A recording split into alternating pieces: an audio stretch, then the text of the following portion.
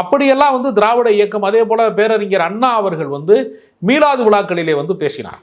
அப்போ அவர் எப்படி பேசுறாருன்னா, அவர் ஆன்மீகத்தை எப்படி வந்து அவங்க அணுகுறாங்க அப்படிங்கிறது ரொம்ப முக்கியமானது.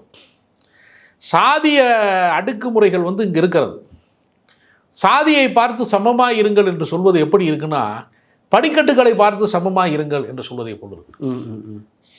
சமமா இருந்தால் அது படிக்கட்டே கிடையாதுல்ல. ஒன்றுக்கு கீழே ஒன்று, ஒரு சாதிக்கு கீழே இன்னொரு சாதி, அந்த சாதிக்கு கீழே இன்னொரு சாதி என்று சாதிய அடுக்குமுறைகள் இங்கே இருக்கிறது. இதை நியாயப்படுத்துகிற வர்ணாசிரம முறைகள், சனாதன முறைகளை வந்து கடவுள் நம்பிக்கையின் பேரால வந்து நியாயப்படுத்தினான். இது கடவுளே உருவாக்கினாரு. தலையில பிறந்தவன் பிராமணன், தோல்ல பிறந்தவன் சத்திரியன், மார்புல பிறந்தவன் வைசியன், காலில் பிறந்தவன் சூத்திரன்.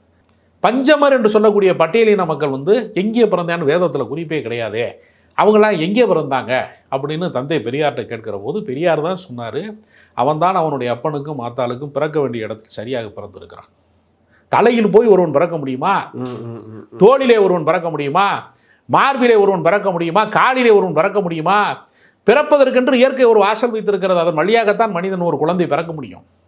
இவன் ஒரு அறிவியலுக்கு பொருத்தமில்லாத, இயற்கைக்கு பொருத்தமில்லாத விஷயங்களை கடவுளின் பேரால வந்து இவன் சொல்றான்.